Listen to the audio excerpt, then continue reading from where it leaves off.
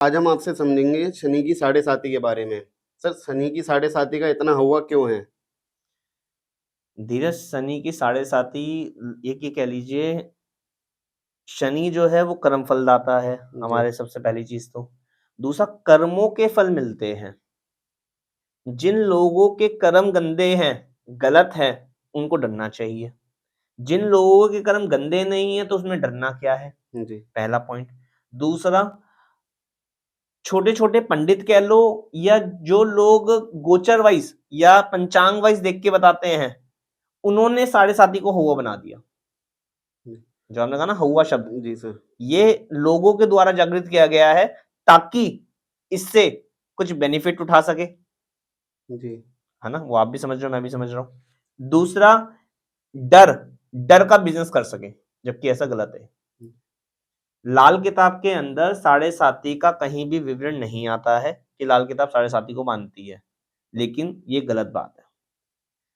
जो रूल्स लाल किताब में लिखे गए हैं वो बहुत पुराने पुराणों की तरफ से लिखे गए हैं, ठीक है ना। जी। ये समझो 1947 1942 में लिखे गए हैं, जी।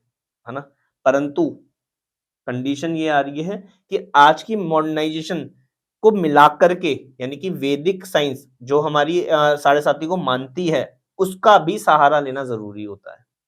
सर, जैसे आपने बताया कि शनि कर्म फलदाता है हम्म। और ये जन्म के कर्मों का फल देते हैं।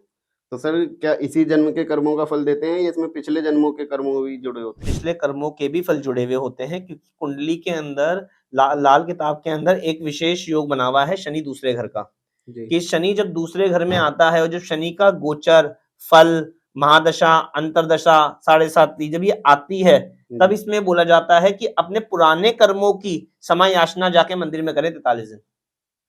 तो अच्छा। कर्मों का तो फल है पिछले जन्म का, जी। लेकिन सारे ही लोग उसमें कर्म लेके आ रहे हैं नहीं आ रहे, ये एक क्वेश्चन है आपका। जी। ये एक क्वेश्चन है कि क्या पिछले जन्म के सारे ही कर्म फल आके जुड़ रहे हैं? नहीं, ऐसा नहीं होता। हमारे आज के कर्म 90% हमारे आज के कर्म जुड़ रहे हैं।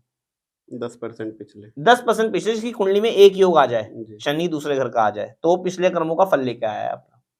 और जिसकी कुंडली में दूसरे घर का शनि है ही नहीं, तो फिर वो पिछले तो जन्मों का वो फल। इस कर्म इस फल के, अब देखो कर्म कुछ गलत नहीं है।